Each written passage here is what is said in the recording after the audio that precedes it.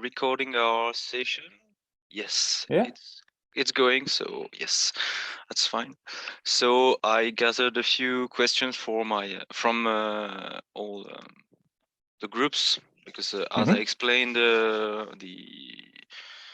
wargame thing that we did is like we kind of regrouped some cities or big cities to represent an area of hobby, and we share games, creators, or other stuff related to the hobby, not only just Games Workshop stuff, but both action and everything that is kind of hobby related. If you can assemble and paint something, it's going there. So Okay. I gathered a few questions from them, and I'm gonna ask them to you. So if that's okay. Oh, and now that's that's interesting. Yeah, I'm looking forward to it.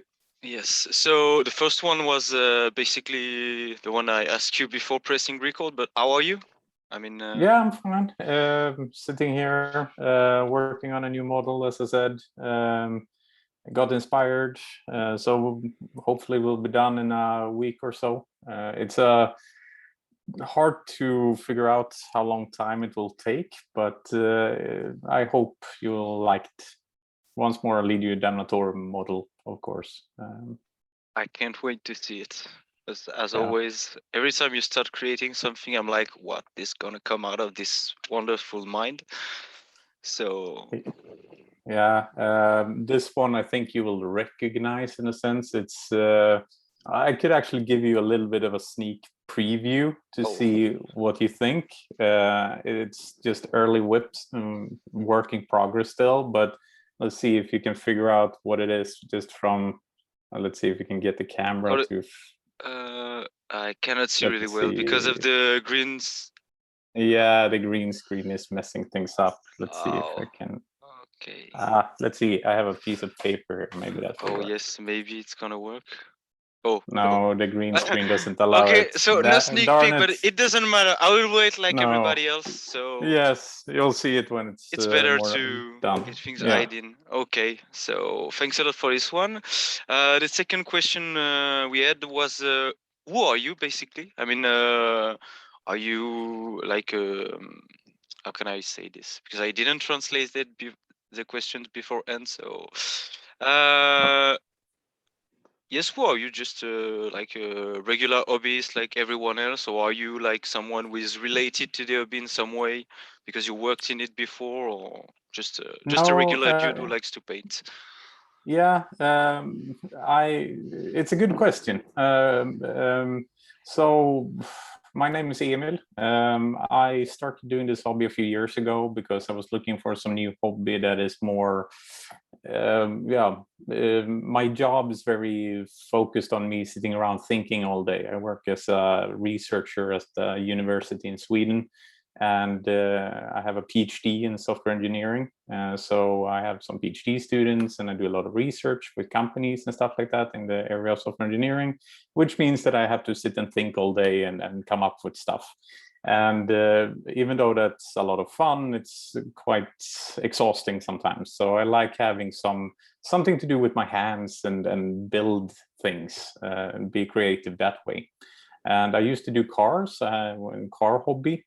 But then I got kids, and standing outside in the garage with the angle grinder when they're trying to sleep doesn't really work. And then I started seeing on YouTube Warhammer things. Well, what is this? Maybe 4 years ago. And then I realized that they have a Games Workshop store in my local city. So I went down there with just planning of walking in, taking a look, and I walked out with the no fear box and paints and stuff like that, and starting building my first little army. Custom paint scheme for the army was, I hadn't read up on the lore whatsoever, so I just knew that there were different colored Space Marines. I didn't understand why some figures were larger than others, so I just started painting what I referred to as a Special Forces Ultramarines successor or something like that, with a white and black custom color scheme. And since I was a beginner, I didn't know how to thin my paints or anything like that. So I just slabbed on white paint and then drew little lines with a toothpick. And I was very proud of what I did, but there was no edge highlighting. There was nothing like that. And I painted up the entire No Fear box. And during this time, of course, I started looking more into the lore and looking at tutorials and stuff. Started learning about the edge highlighting and layering and stuff. And then I looked at my figures. I was like, nah, this isn't very good. And I did try my best on one figure to make it a little bit better. Tried edge highlighting, didn't work out whatsoever. Tried to enter it in a competition. Of course, didn't win anything. But that spurred me on. I was like, wow, there are competitions in painting and I'm really enjoying this. So what happened was that I basically ended up stripping the entire army later and restarting it. But that was after I decided that I really want to compete. I want to try to compete. And I had learned about the Legion of the Damned, and in particular then the lore from the chapters Do book, where a legionnaire is seen with a blackened out ultramarine symbol on his armor. And I was like, okay, if ultramarines can become Legion of the Damned Marines or legionnaires, why can't other things, like for instance a Primarch? And my favorite Primarch is Sanguinius. So the first model I actually made for the army is my Sanguinius model with burning wings and stuff, and that required me to work with green stuff and yeah, a lot of different things that I've never tried out before. But then it turned out, because I hadn't read up on the competition, that it was Armies on Parade, and you can't enter a single model in Armies on Parade. So I actually had to make my first squad then of Marines, which would then become the beginning of Legio Damnatorum. From there, I've continued to watch tutorials, experiment, try new things, trying to build this theme. And yeah, here we are. Well, that's a great journey, because like you said, you started like 4 years ago or something. And yeah, if I recall, years, if I'm not mistaken, you were featured in the Special Army section of the Armies on Parade of 2020, if I'm not wrong. Yes, so sure. in 2020 I entered the International Armies on Parade with my board, with my knight, and the startings, or the No Fear plus a squad, 5-man squad of Marines, and I entered that into Armies Parade. Didn't expect to win anything. It was just fun to compete. And then, wow, won a special award there, the Lore Master Award, I think it was called. And then in 2021, I had built more of the Indomitus box, the Blade Guard veterans. I had built a Dreadnought. I brought it out from the cabinet, but since my webcam is messing up, I can't really show it, I guess. And I entered that and won another award at the International Armies on Parade, which was just mind-blowing. So the Lord of the Damned Special Award. Yeah. Only army, as far as I know, that has won twice at the International Armies on Parade. So that's pretty amazing, actually. So it's gonna be tough for 2022. You'll have to rate the bar up once again. So yeah, well, I'm sure you'll figure something out. But yes, I was gonna go on the Knight model and the Railano model, because how can I say this? The Legion of the Damned is some army that's not really played in the wargame related aspect of Games Workshop, because well, like many cool stuff Games Workshop did, they didn't remade some new models and didn't bring some rules that were decent enough to play them. So that's kind of sad. But yes, you have quite a unique style, I must say, because you really took the concept of the Legion of the Damned to, I think, the best level that someone can find at the moment on the internet, because it's a great army. The lore is really amazing around it. It was kind of confusing at the start when they came out, but now they are really awesome. And all the models you made are really, like you said, you use a lot of green stuff and other things. But there is another aspect that I like about your army. It's like every character has a story behind it. Like it's not just a pretty miniature that you're gonna feature, take a cool pics, but when I look at every mini, I can either learn something about the chapter that I don't know, or just discover maybe an aspect of the lore that was overwritten sometimes, or just I don't even know about it. Like, for instance, the Isvan squad that you made before the curse funding that are just behind you at the moment. It was at the moment my favorite project that you made because I followed it really closely and I really enjoyed the lore of this particular thing. But how do you come up with so much stuff? Like for real, what's happening inside your head when you think about a model? Yeah, I was worried you were going to ask this question. I don't know exactly. I mean, I draw inspiration from everything. It was so for the Istvan squad, for instance, that was the first time I did an entire squad of Marines with a theme around it. And in that, when I was doing that, I was listening to some podcasts and there were discussions about, or I listened to a retelling of the Badab War, which is basically then actually more the cursed founding chapters fighting each other and so on. And I knew about Istvan, and because big part of the lore, and I looked up what chapters were at Istvan, basically, and I saw there that, well, it was the Death Guard, it was Emperor's Children, it was World Eaters, and it's one Thousand more. Sons. Thousand Sons, there we go. No, not the Thousand Sons, actually. They were not there. No, but you made one, if I recall correctly. Yes, And there were the and Sons of Horus. I that remember sounds so, because yeah, we talked exactly, about the the Sons of color of Horus. the armor. So yeah, Exactly. I So it was remember the now. Sons of Horus, or Luna Wolf's Sons of Horus. Yes. And what I did was that I was sort of conflicted. Did I want to do the Badab War, or did I want to do the Istvan? So I actually put that one out to my Instagram followers to vote. Which should I go for? And people wanted Istvan. And I had the idea then that, okay, if it's Istvan, it's old Marines. So I have to transform my Primaris Marines into Astartes. And that was a much larger project than I ever thought it would be. Making a Mark 10 armor into Mark 3 and Mark 4 armor, I wouldn't recommend it.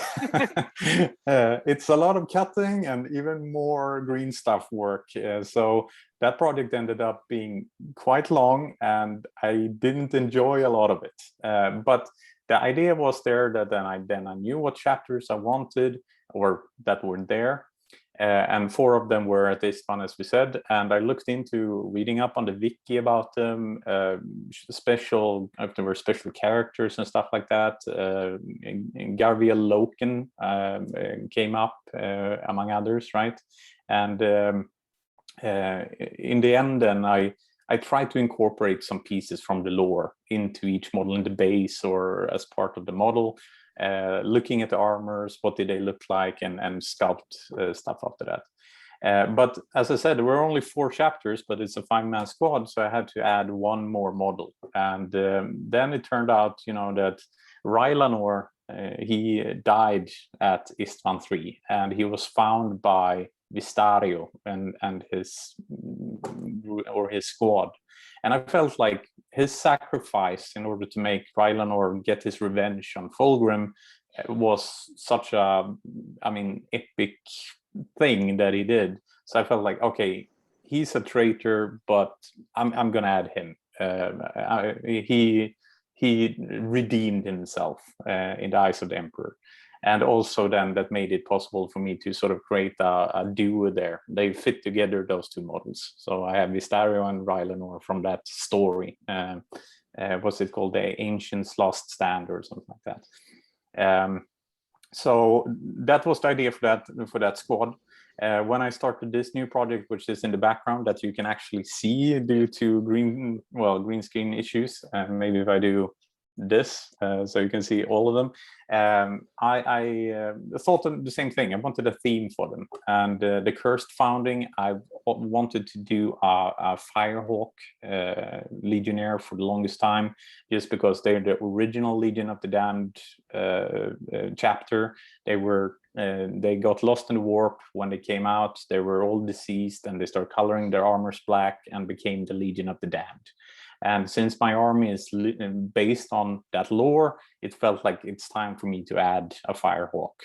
And then I looked into what other chapters from the Cursed Founding do I want. And well, of course, Lamenters, legendary cursed chapter from that founding. The Black Dragons, really fun chapter, very cool. I wrote some fun stories about them, and when I posted works in progress, you might remember amazing.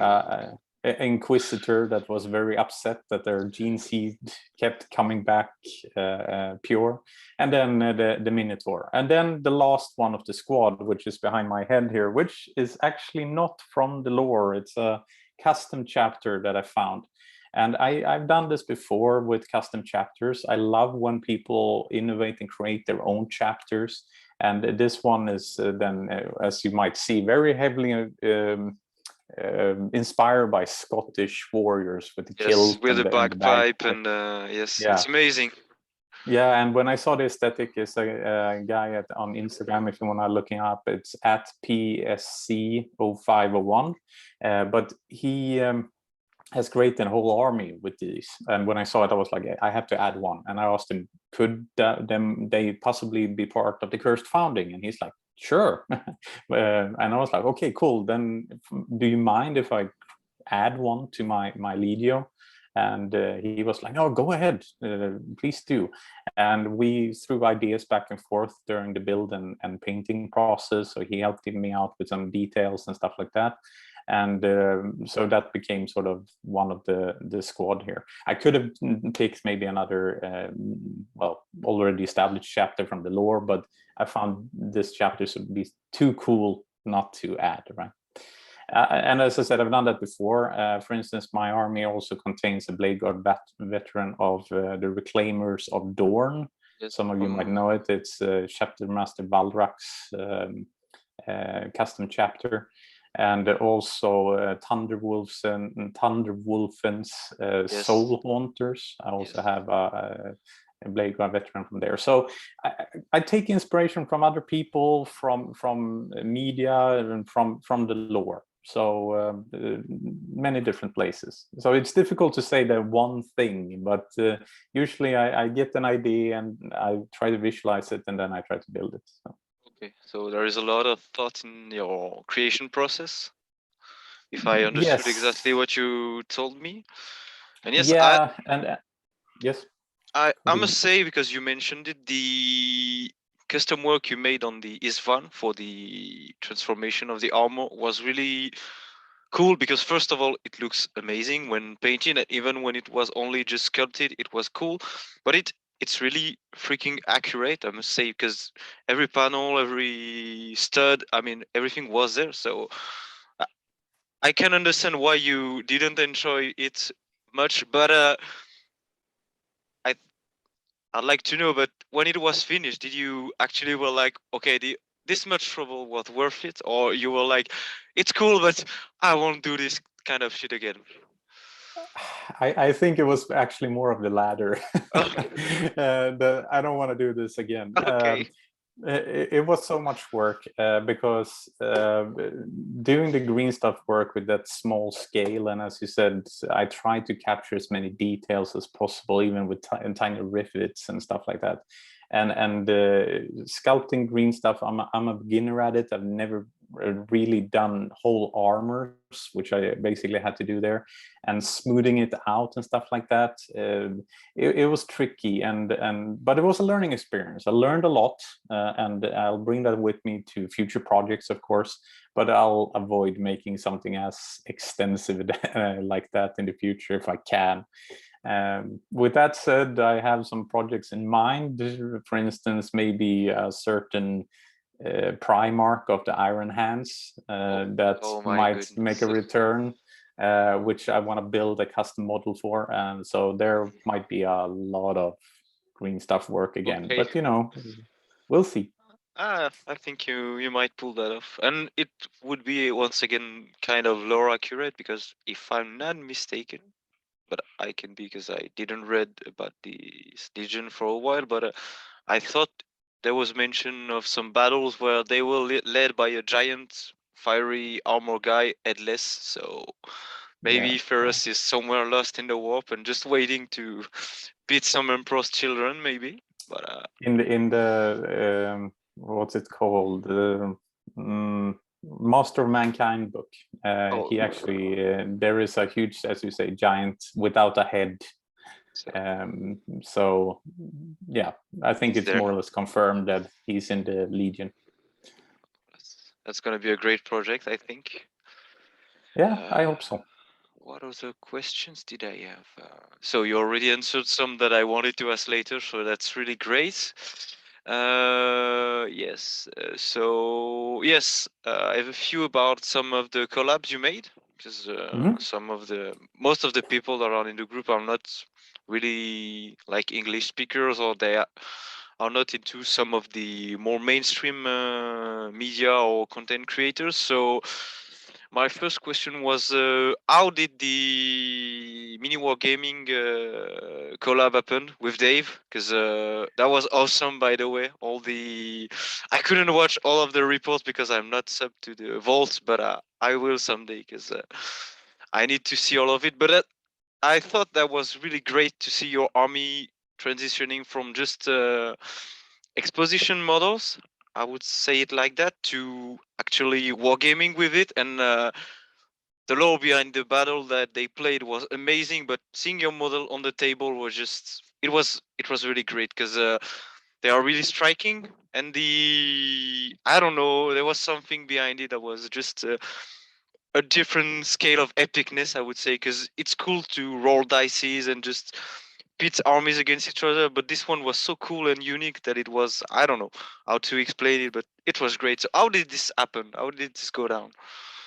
Yeah, how did this happen? Yeah, I posted some pictures on Facebook, and Dave added me as a friend, or asked to be my friend on Facebook, and I recognized his name and looked into, oh, it's Mini Wargaming Dave, and he might want to ask me something, or just want to share my pictures or something like that. So I befriended him on Facebook, and he sends a message to me like, amazing models, mind if I share them? And also, I have an idea for a project, can I call you?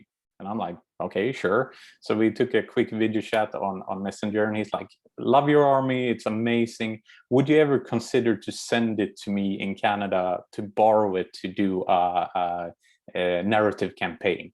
And I'm like sitting there like, this is just after me finishing up, so I had an army so I could basically play the game, but this was also in the early stages of the pandemic, so I felt like I'm not gonna be able to play for quite some time.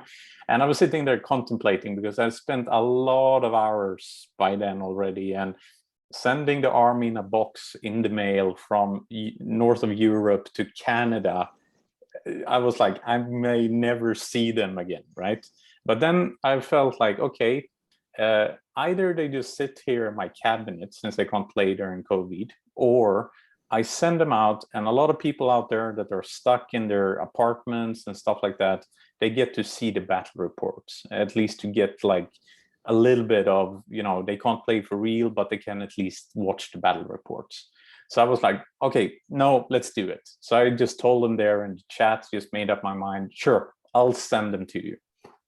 And a few weeks, it was like a week later or something, I just packed everything down in a box, put it in the mail, and then started praying that, first of all, that they would arrive, and later on that they would come back, right? And but everything went fine. It arrived nice. It was some little part that was broken in the mail, but Dave and the team there could fix it up. Then I actually didn't know anything about what they were planning for the narrative campaign. So I was sitting there together with you guys, just watching this epicness unfold. And if you haven't seen it already, just half of the videos are on Mini Wargaming's YouTube channel. I had a blast watching them, and Dave is such a cool guy. And as a thanks for lending him my army, which I had gladly done for free, he actually sent me what's it called, repulsor executioner tank. So that is actually in the works. It's on my pile of inspiration, but I'm planning something big for that one, so you will have to wait. It will be a bigger project, but anyway, it's coming. So that was basically what happened. Dave contacted me with this crazy idea, and I was like, okay, let's help people stuck out there. Let's do it, and sent everything out except my knight. He asked me about that, or rather, I said that I'm a little bit. If I lose the rest of the army, I will cry, but I don't want to lose the knight because I've spent too much time on it. It's 300 hours of work. And he was like, I mean, that's fine. It's difficult to play with them anyways. Send everything else. And so he was super cool about it. Yes, the knight is really it's not my favorite model because I'm kind of lore driven to some models. So I have my sweet spot at the moment. It's for Rylanor because, well, it's the ultimate sacrifice he made, and it was just so cool.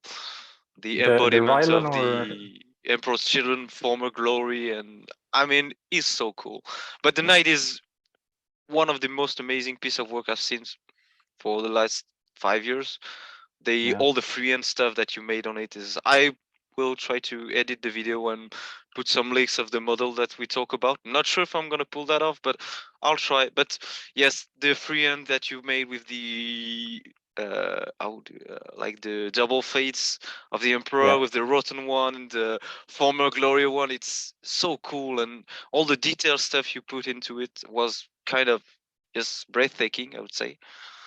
Yeah, the knight was actually in Legio Damnatorum terms quite early in the development of the army, and what I wanted to do with that was actually to paint the rise and fall of the emperor through the different freehands. So starting at the left leg at the bottom, you sort of have him, the crusade image where he's standing and waving the ships into space.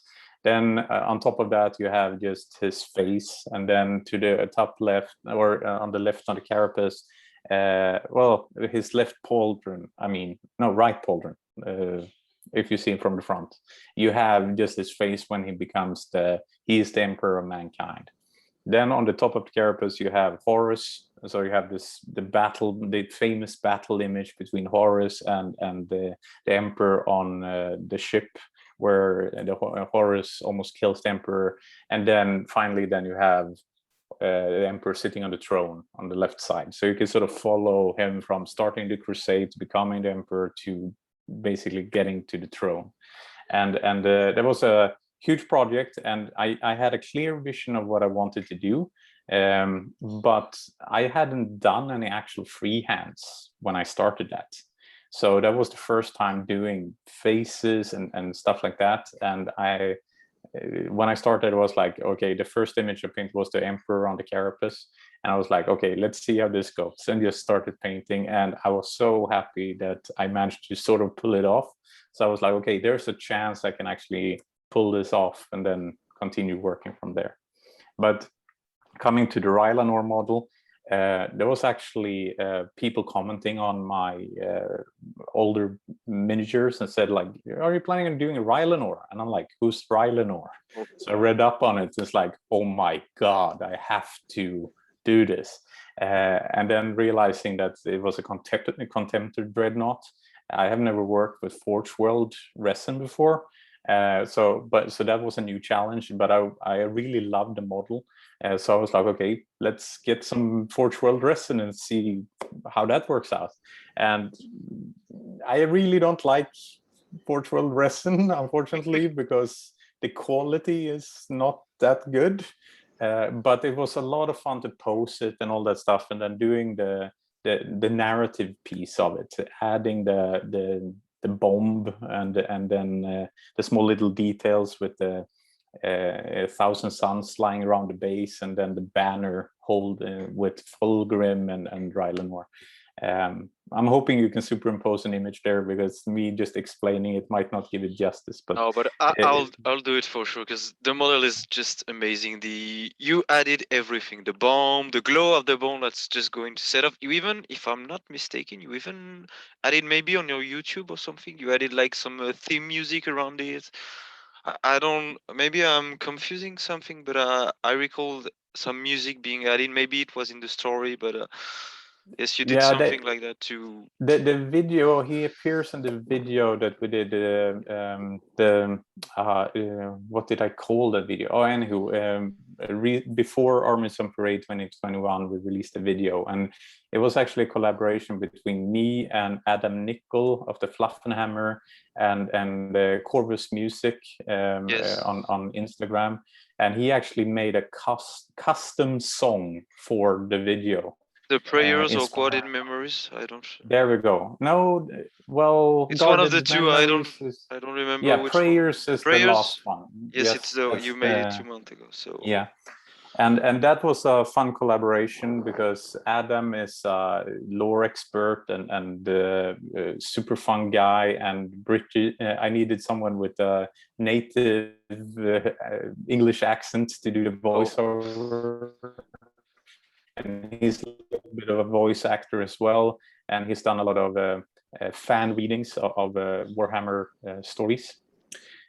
So we put together a script, and then we planned it out.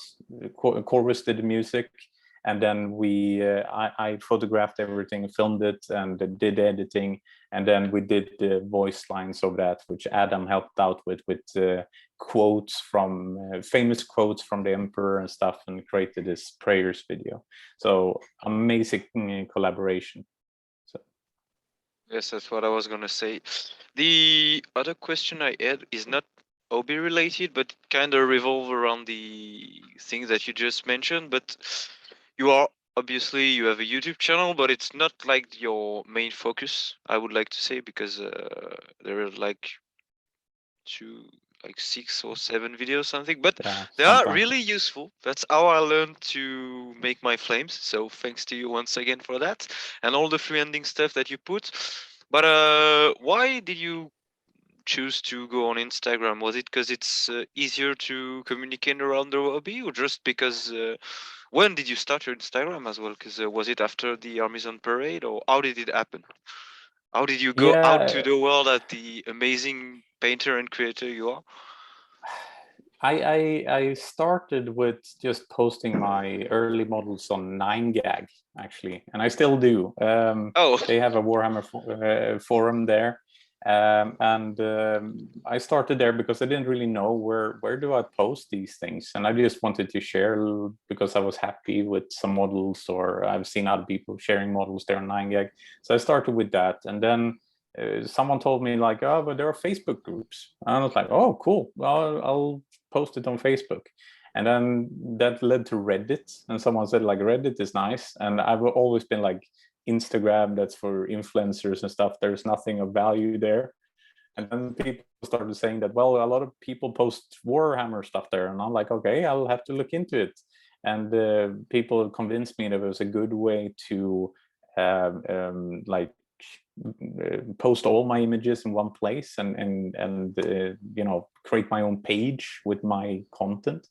And so I started with that. I don't know how long ago it was. You can probably see the first post, but it was post Indomitus, because the first model I posted was the Judiciar, custom version of that. And then the Blade Guards came later, and then old pictures and stuff.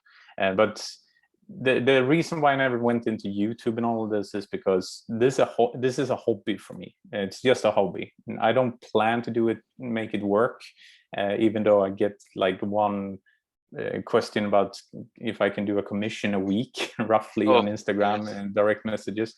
And I'm equally sad every time that I have to let people down and tell them that I don't do commissions. I would love to. I love helping people, so it feels bad to have to say no all the time. But I've tried the whole making hobby into business, and I've gotten burned before. And as I said, I want to do this for hobby too, you know, for switching off my head from normal work and sit there and work with my hands and create something. And is therefore also going the YouTube route. Then, you know, there's the administrative stuff of rigging cameras and all of these things. However, I'm considering maybe changing that, because a lot of people are asking about my build process and how I work, and rigging a camera here where I sit with models anyways, it could possibly be done. So I'm looking into it, but I don't plan on making a YouTube career in Warhammer. We have other excellent Swedes that are doing that, like Squidmar. Who also happens to be named Emil, by the way. Yes. So if anyone is confused, I am not Squidmar. Just pure coincidence. But that was one of the questions I had in maybe future collaborations, because you're from the same country. Yes, both Swedish. Yes, but maybe not in the same region of Sweden, so it might not be something easy. But did he ever contact you, or maybe if one day he contacts you, would you like be interested to maybe do something a bit different that you did with Dave, or like you said before, you want this to be really a hobby and just something that you keep for, I mean, not just for yourself, because obviously you share your content, but really for your own fulfillment of I don't have the word in English, but you maybe see what I want to mean here. Yeah, I think I understand what you mean. I mean, I've talked to Emil a few times on Instagram, just sending DMs back and forth, and also with his friend Lucas, who helps Emil a lot on his YouTube channel. And both of them are super nice people, very approachable, and we've had some nice chats about different things. But if they offer to do a collaboration, I would not say no. But I mean, they do a vast amount of different content, amazing content. I love the current project they're working with, the big the Manta, yes, and stuff like that. But for me, it's I keep doing my little Legion of the Damned, Legio Damnatorum stuff. And if they want to do some miniatures from Legion of the Damned or something like that, I'm all in. So yes, Emil, okay. call me. We will chat. But otherwise, I think that my way of painting, I'm quite slow at painting, and Emil and Lucas are very quick at painting, and they need to produce content. So we'll see. I mean, I wouldn't be against it, but well, yeah, that's all I can say. Maybe, yeah, we'll see. Them. Okay, well, that's I'm gonna check, but I think that's. Oh no, I have 2 more questions, but I'm gonna ask one that I asked you privately on Instagram a few months ago already. But what are your advices when you know? Because I put myself in the shoes of many of the people that go on the social medias and maybe on some Facebook groups. The one like the PMP one where you post all your finished project was one of my biggest concern when I started, because I signed up on it and I was like, man, I'll never be good enough to do this. I can't even thin paint. So how do you think beginners should approach the process of painting, and how can you consider failure as a tool to progress? Yeah, it's an excellent question, because when I started, it was the same thing. I was watching these YouTube tutorials, and just even tutorials where they're doing step by step, and I was like, they're doing edge highlighting. I can't do edge highlighting. I will never be able to do this. And at some point, I was just like, okay, but they can do it. Let's see if I mean, I must be able to as well. And what I realized was that I had very shaky hands. So painting eyes and all that stuff, because I did that in the beginning, edge highlighting, it just, I kept ruining models, I felt. But that was before I realized that, you know, fear is holding me back. My shake hands was because I was afraid of failing to do the edge highlight or the eye or dotting or layering, whatever it was. And at some point I realized, well, why am I afraid of this? It's plastic and paint. And worst case, if you put paint on the wrong place, well, paint over it. You can fix it, right? And even so, even if it doesn't come out perfect, well, you learn something. And then for the next model, you know what to do, or more explicitly, what not to do. and so my biggest advice would be just to don't be afraid. I started with a mantra at certain points where I was doing things that was really scaring me. So I started getting shakes. I felt that I was tense because you tension up, right? So your muscles, you need to relax your muscles because that leads to shaking. And I just kept telling myself, no one remembers a coward. No one remembers a coward. Okay. I just kept saying that in my head. And then I was like, deep breath, took a good, like, leaning my hands against the table, and then tried to do it. And after a while, I realized that I can do this. And when you get to that threshold, just passing that threshold and get to that realization that, well, I can actually do this if I just calm down and take my time, then you don't get afraid anymore. And that leads on to you wanting to try new things. So from that, I led on to trying glazing and layering and all of these fancy terms for different painting techniques. And another thing that really helped me to advance my painting was to use reference images. Looking at what other people have done, where have they placed highlights, what do they look like, and just looking at what they did and try to copy it.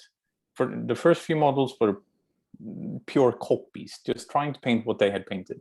But then when I started to get to an understanding of, okay, edge highlights should be there, and you should put lighter colors here, etc., then you can start going more like doing what your mind thinks is right. Okay. The last thing I would recommend if you want to improve your painting is to get a wet palette. Because working with paints that are only that dry up in 10 minutes, that, well, for me doesn't work, at least. So with a wet palette, I can put my paints on the wet palette in the starting of a painting session and sit and paint for 3-4 hours and still just have the paints available. So my main 3 things there would probably be then that don't be afraid, experiment and try new things, and get a wet palette. Okay. Those are probably the top 3, I would say.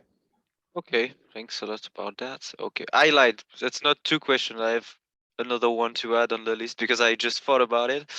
But considering gear, I remember I asked you about this like 6 months ago or something, but you told me that you only painted with Games Workshop paints and, more importantly, the Game Workshop brushes. So if I'm not mistaken, but that was something that really struck me, because I was like, okay, so basically everyone that I asked told me that Games Workshop brushes are like trash. You must not use them because they are not really good, or maybe overpriced or something. And the paints are cool, but you can go with other brands that are cool. So I mean, that's really amazing. You only use green stuff, Games Workshop minis and Game Workshop products. So that's really amazing what you pulled off with it, I must say. Yeah, when I tell people that, they are like, "Oh, right? Oh, really?" And you're right in everything you said there. Many of the Games Workshop paints are really not good. For instance, their white colors are really not good. They dry up and very easily become muddy or dusty and stuff when you layer them and so on. So there I actually have some Army Painter white, so on. But otherwise, it's Citadel all the way. And the reason for that is basically just convenience. I have access to a local Games Workshop store. They have the paints, and I can buy them there. Their brushes, sure, they're not super good, but their artificer brushes, I think, are pretty nice. As I mostly use the small and extra small brushes, especially for the freehands, but they're super overpriced and I go through them like each freehand is basically a brush ruined, and I have to throw it out afterwards.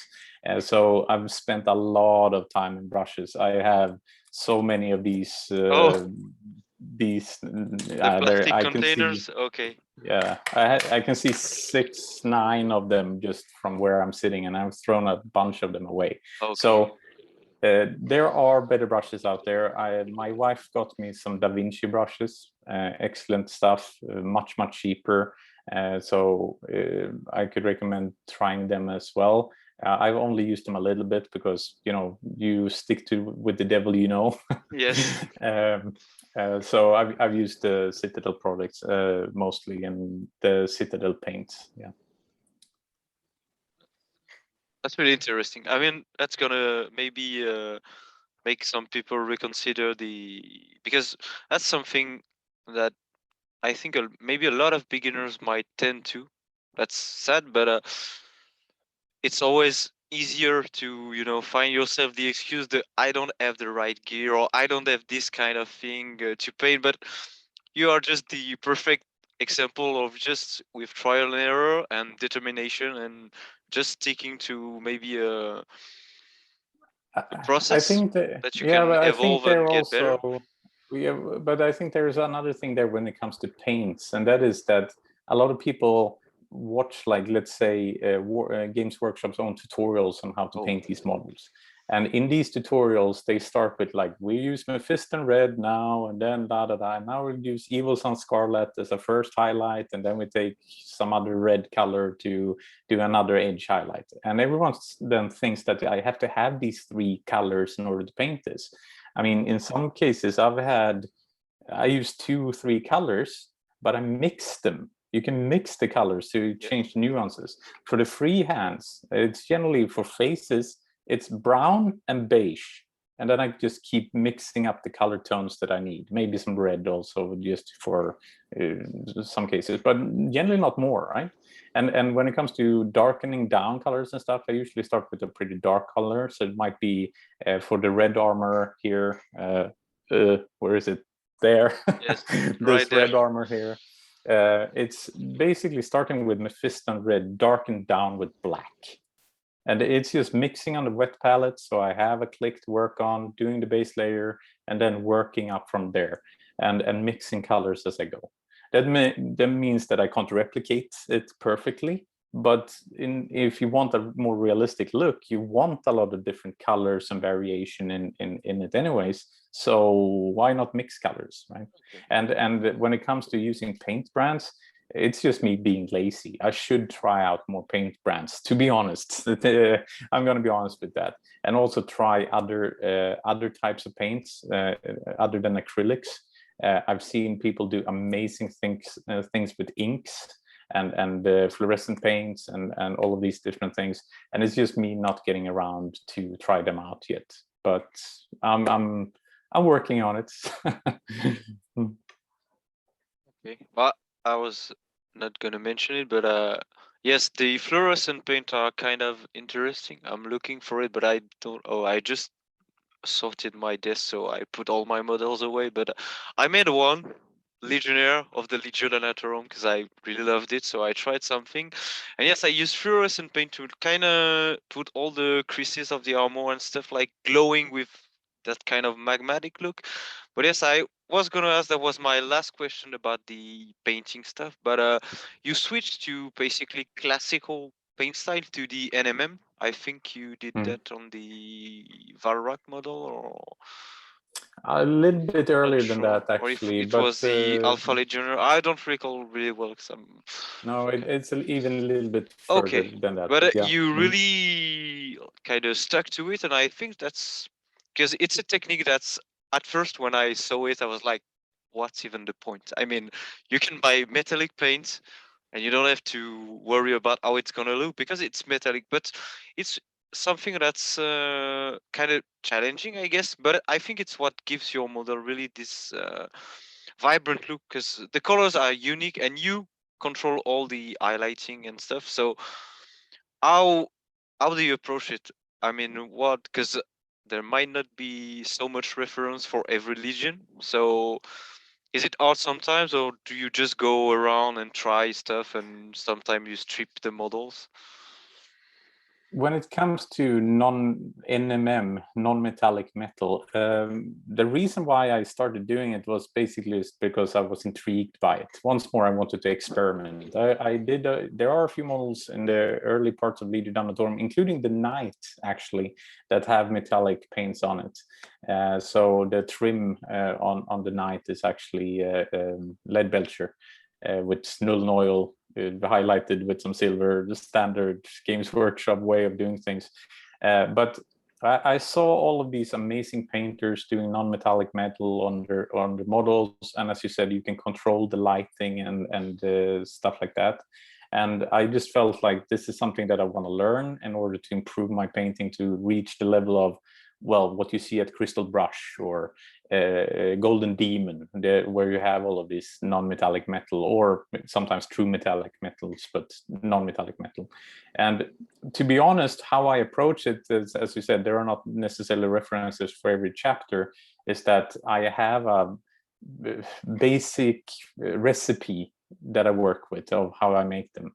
Or make the non-metallic metal. So for instance, for golds, I start with a dark brown and I work up to a lighter brown and then maybe some glazing with yellow. It depends on how warm I want the gold to be. So in the early models, there's a lot of yellow in my gold, and the Rylanor model, it's a perfect example of where I went way too yellow. It doesn't look like gold anymore, it looks like bright yellow, and that is something I'm learning. I can be honest with that. I'm not very good with NMM yet, but I'm learning. For each model it becomes a little bit smoother, the contrast looks better, well, yeah, so I'm learning with each model I do, and I really enjoy the process. And when you nail it, like when you really get that metallic feel to it, which I think I'm very proud of. For instance, the right shoulder on my Firehawk with all the skulls that are non-metallic, well, silver. I sat there and painted and painted and painted layer and painted over and painted until I felt like, yes, it looks like metal. And so that feeling of, yeah, it actually looks like metal. I did it. Yeah, I did it. You know, it's that like, yes, that little reward. And then you pray that other people will think it looks like metal, but you know, you will think it looks like metal. So that's good enough, right? And so I'm still learning, but there are tons of nice tutorials on doing this NMM for free on YouTube and stuff. So if you're interested, try it out. It's not magic, but well, I would say truth with modification, because it's not magic to make something look like metal. That's quite easy, but to make something look like realistic metal, that's magic. Okay. Because there are some people out there that can do some astounding models. They look like photo or paintings with all the lighting and everything, nailing it. And I'm not there yet, but I keep watching references. I keep experimenting, trying things. So maybe in a few years, we'll see. That's, yes, as you said, it's difficult to take a bit, but as you said, it's like you said, for the beginners, the advice, like, just don't be afraid and try it, because even if it looks hard, if you don't try, you can succeed. So that's basically something really cool. But yeah, I usually, when I want to not try NMM because I never tried it, kind of like cold feet on this one, because I'm not there yet. I don't feel the need to try it because I'm not it's not that I'm not confident, but I didn't reach the level I want for classical paint. So I'm still dabbling around. But yeah, usually I used to watch what's his name? Richard Gray. He's like the wizard of NMM for me. He's just And the thing really weird with this guy is just he just uses glazes to paint, so that's even harder, I think. And I think it's an Italian guy, Sergio Calvo or something. He did Samuel Lee Jackson recently of the Lion. I don't remember the name of the chapter, but it was something cool. Dark Angels. Oh yes, but either like if you had to pick, I'm not going to ask you like name your favorite painter or the best painter, but if you had to pick maybe one social media or places to find the resources you need, what would you say? Like going to YouTube or just going to Facebook and ask random people about the stuff you need, maybe? Well, this is a tricky one because I mean, it depends on sort of what you're looking for, and rather than going to any specific painter, because like people recognize my models, for instance, because they have a particular style to them, and every painter gets their own style, and I mean, we have many nice tutorial makers out there. We have Trovarion, I think, does amazing work. John Hidalgo, another one. Yes. We have Meskike. He doesn't do that many tutorials now anymore, but he has some really epic ones on YouTube. We have oh, sorry, no, I forget the name. The guy behind PMP. Vince Venturella, if I'm not exactly, mistaken. Vince. Yes, Vince is an amazing painter too. Amazing painter, really good tutorials. We have the guy who says paint more minis in a metal voice at the end. Yes,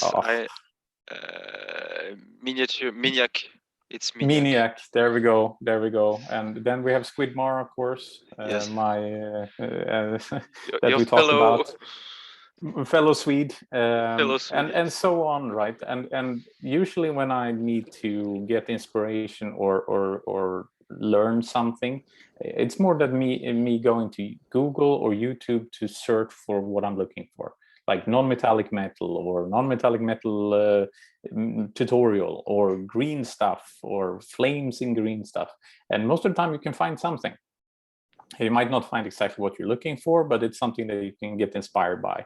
And then I don't really care if it's a super famous guy or if it's just someone who did their first tutorial. If I can learn something, then I'll watch it and I'll try to use it.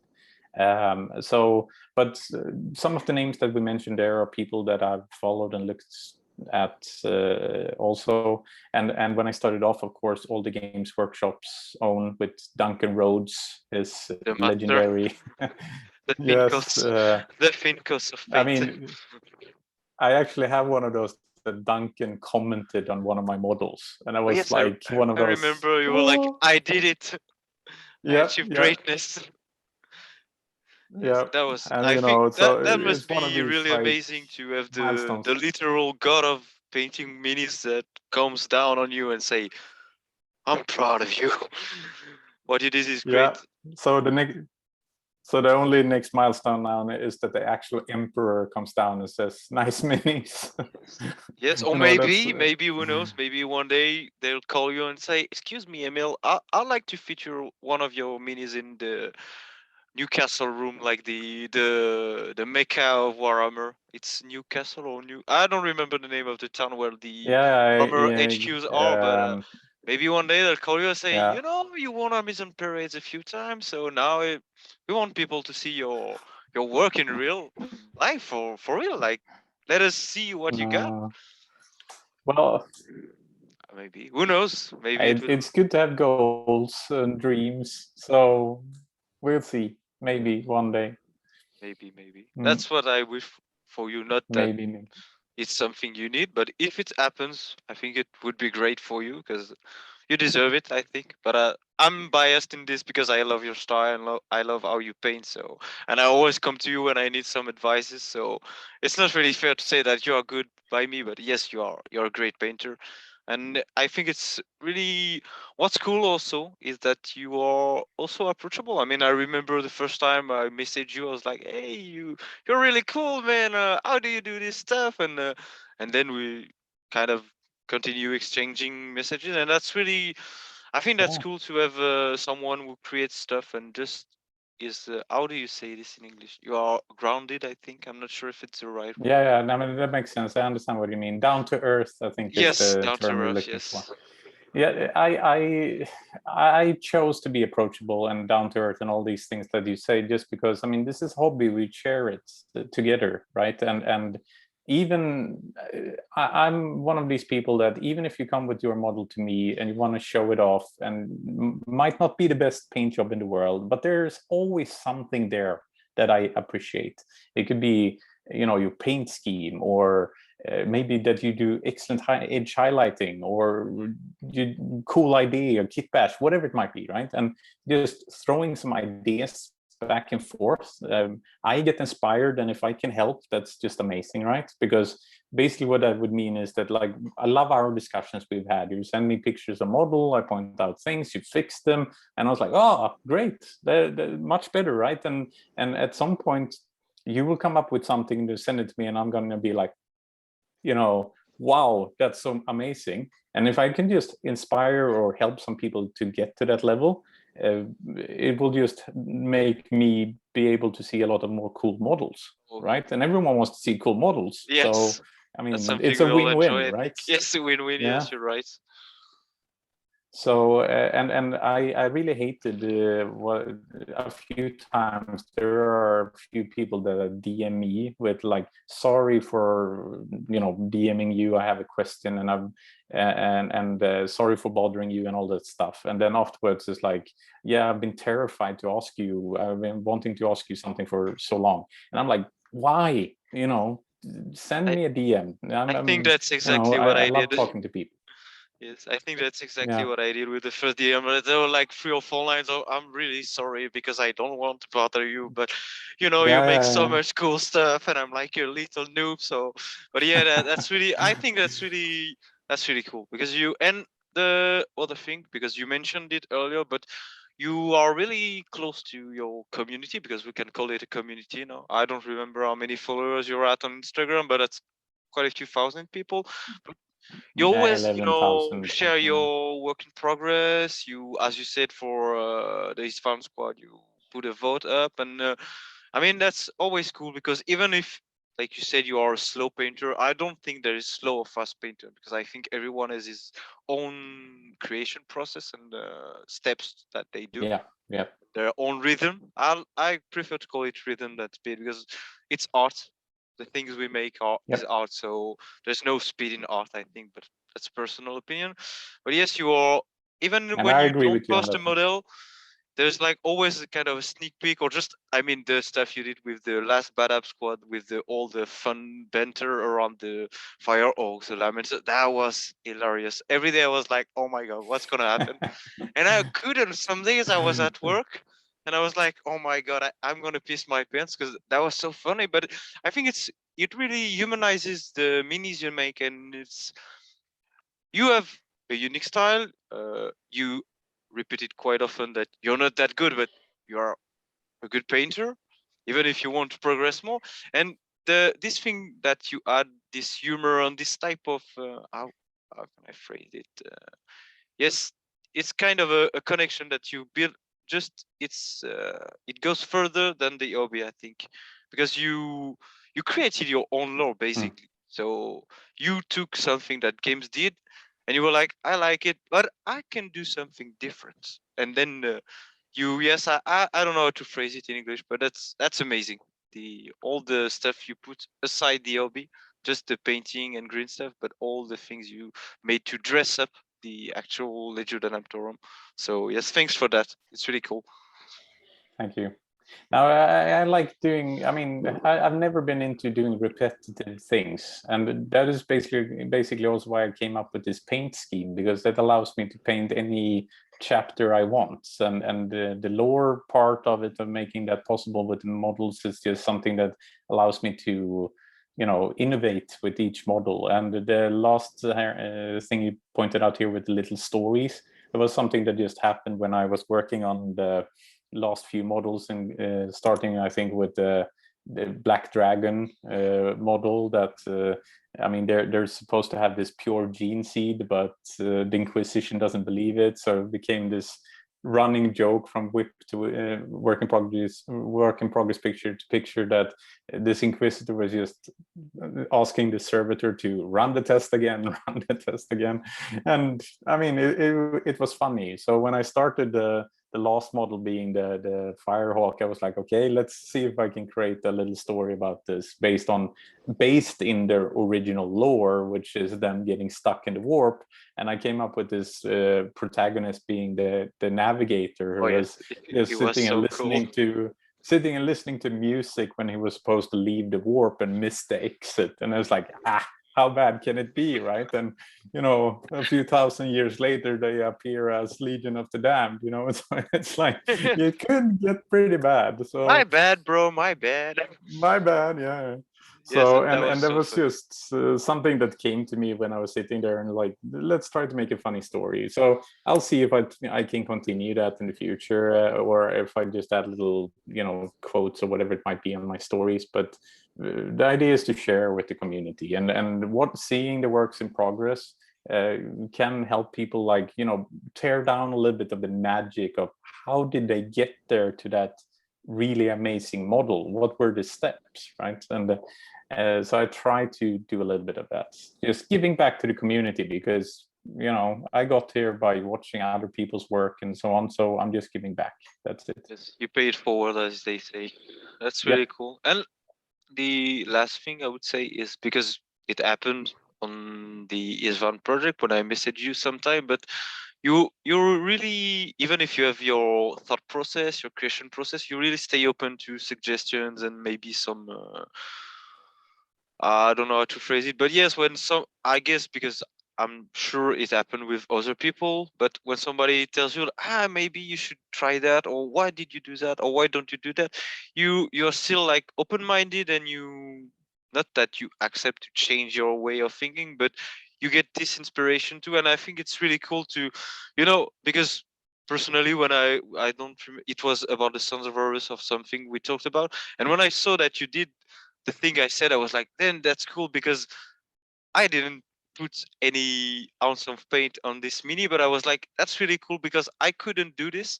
Maybe one day I will, but that's cool because it allows me to have a different connection to the model. And every time I see a model, I'm wondering, maybe somebody told him that. I mean, the custom chapter you did on this one with the bagpipes and stuff, I didn't know this guy, but so I went through his Instagram really fast, obviously, and that was so cool because it's a unique thing, and you did it justice, like the Valrak thing or the Soul Hunters. It was amazing.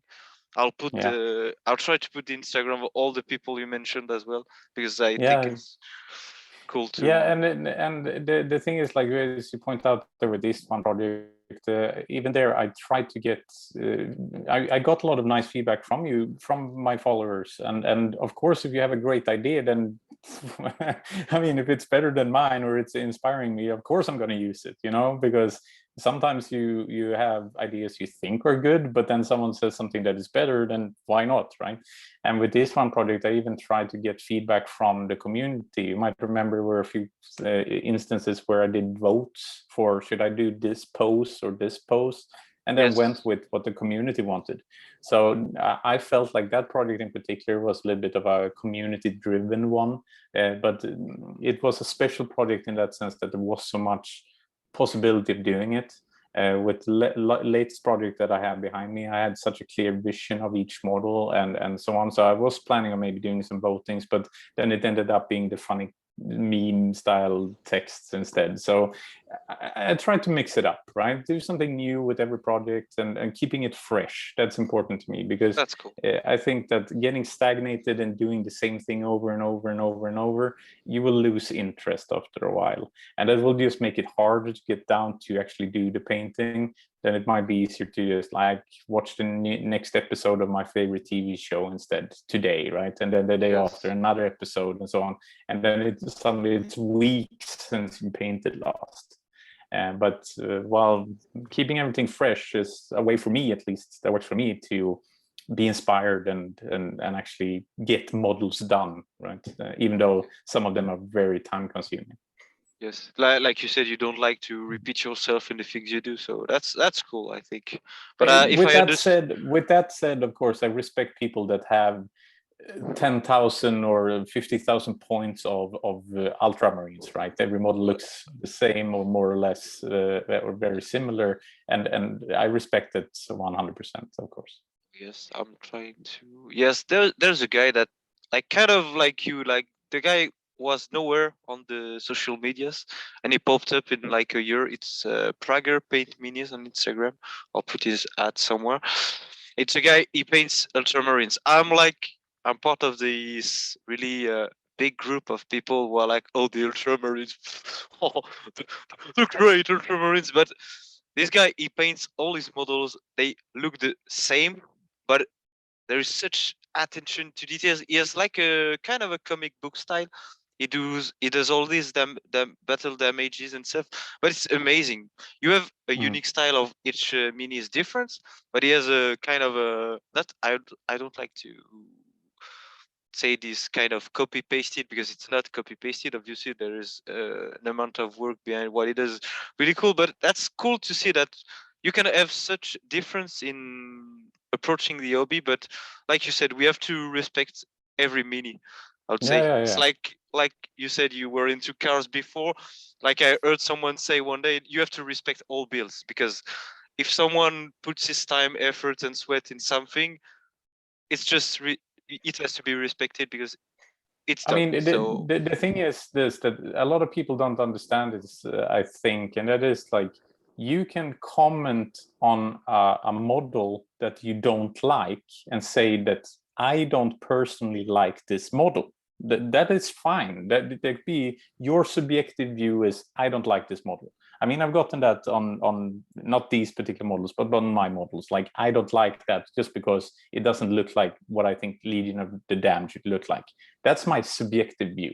However, what you should do then is objectively still state, but I respect the work you did in it, or I think that your edge highlighting looks awesome, or the paint scheme is still cool, but so you separate the two. I mean, yes. your personal opinion versus what the objective, if you looked at it as like the work that went into it, as you said, right? Respect that if you don't even though you don't like it. I mean, those are two different things. So, and me personally, I'm maybe I can reach out to some people here that actually don't like my minis. I don't think they have watched the interview to this point, but I would love that they did, because something that I'm very curious about, which I would love some people to tell me, is I get a lot of downvotes and stuff on my minis, but I don't know why. And I'm You want them curious. to elaborate, like give you the hints of what they would have done differently, maybe? Yes. Is it just a subjective thing that they don't like what I've done with Legion of the Damned, or is it that I can improve something in my painting or something like that? How can I learn something, right? Yes. So You want to better yourself with their feedbacks. Okay. A lot of people are afraid of critique. That they get upset when someone tells them that doesn't look good. But if someone actually gives you constructive criticism, you should just thank them from the bottom of your heart, because they have taken the time to analyze what you've done and actually come up with problems maybe, or challenges, and maybe in the best case, if it's constructive criticism, ways of fixing it. And you should listen to that, right? So I love constructive criticism. When people say like, that's a little bit off, I'm like, you're right. I might not even have seen it, and it's like, we can have a discussion about it. So and I wish we had more of that in the hobby. It's if you look at the majority of every post out there or comment, it's always like, great looking, da da da da da. But amazing. Yeah, but exactly. Nothing Thumbs behind up. it. Yes, No, exactly. I remember at the beginning when I started discovering you. I remember because I loved your models, but I was always bugged by the flames, because there was I thought it was my subjective opinion, but I tried to tell you in a, how can I say, constructive manner, because I was like, it's not that I thought I didn't have the legitimacy to give you this feedback, but I was like, how can I say it that it doesn't sound like patronizing or something, but that it's actually something that can be used. and it's cool. And I was just like, man, maybe there is too much red, because when I was just like, when I burn stuff in my garden, there is no red in it. And then No.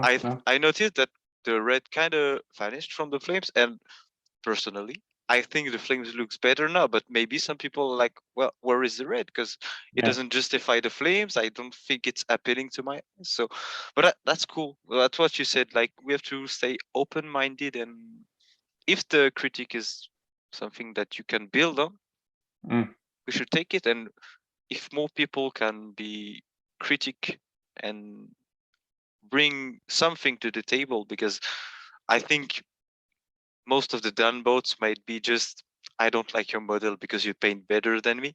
I think that's something that can be considered, because you have a unique style, you have stunning minis, and it's something really hard to do. But yes, like you said, we have to stay friendly.